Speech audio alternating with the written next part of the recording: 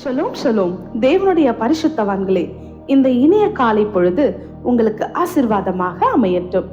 லோகத்தின் பரனிலிருந்து உங்களது தினசரி தீர்க்க தரிசன நாளிதழுக்கு உங்களை வரவேற்கிறோம். வெள்ளிக்கிழமை 18 தம்மூஸ், ஜூலை 3. தேவனுடைய சுபாவம். நீதிமொழிகள் 6:16-19. 6 காரியங்களை கர்த்தர் வெறுக்கிறார், 7 அவருக்கு அருவருப்பானவை. அவை யாவன?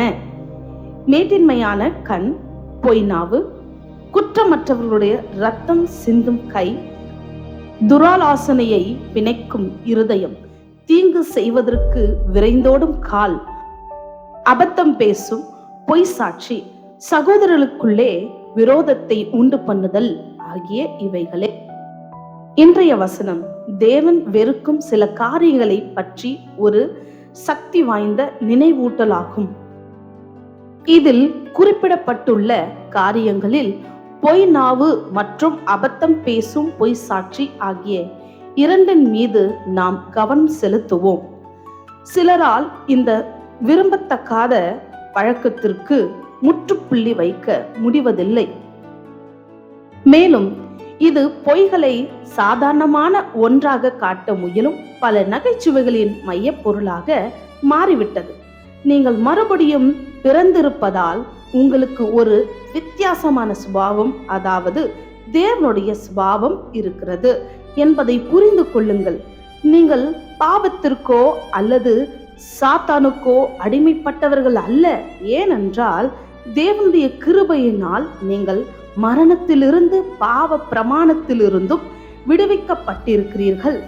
மனிதர்களை பாவம் செய்ய தூண்டும் அந்த காரியம் தேவனுடைய பூரண சுபாவத்தை உங்களுக்குள் கொண்டு வர நீங்கள் கிருபையை அனுமதித்த அந்த நொடியிலேயே உங்கள் வாழ்க்கையில் முடக்கப்பட்டு விட்டது. மெய்யான நீதியிலும் பரிசுத்தத்திலும் தேவனுடைய சாயலாக சிருஷ்டிக்கப்பட்ட புதிய மனுஷனை தரித்து கொள்ளுங்கள். எபேசியர் 4:24. இப்போது நீங்கள் கிறிஸ்துவுக்குள் இருப்பதால் புதிய மனுஷனை தரித்திருக்கிறீர்கள்.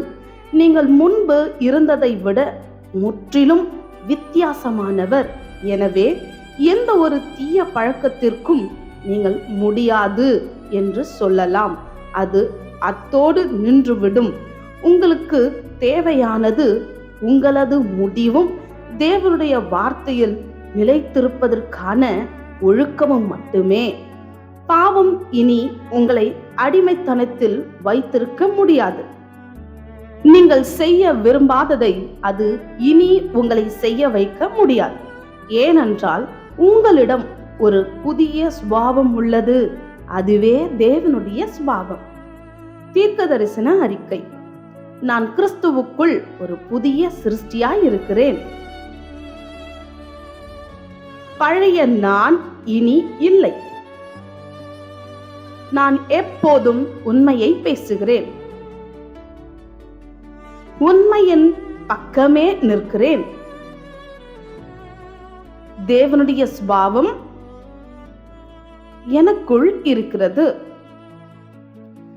என்னை தகுதி உள்ளவனாக்கும் உம்முடைய கிருபைக்காக கர்த்தாவே உமக்கு நன்றி.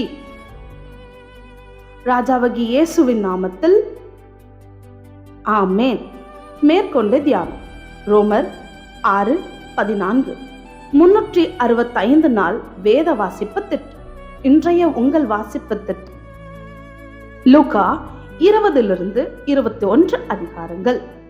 அன்பான பரிசுத்தவான்களே, நீங்கள் பிரகாசமான மகிமையில் ஜொலிப்பதற்காக படைக்கப்பட்டீர்கள்.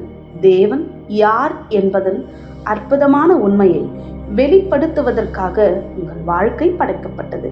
அவருடைய ஒளி உங்கள் வாழ்வில் பிரகாசிக்கட்டும். மேலும் கர்த்தருடன் இணைந்து ஒரு அற்புதமான ஒளியை உருவாக்கும் செயல்முறையை அனுபவித்து மகிழுங்கள். இன்று உங்கள் மீது கூறப்பட்ட தீர்க்க தரிசன வார்த்தைகள் உங்களை உற்சாகப்படுத்தி பலப்படுத்தட்டும். ராஜாவாகிய இயேசுவின் நாமத்தில் ஆமென். நாளை சந்திக்கும் வரை உற்சாகத்துடன் இருங்கள். Shalom shalom.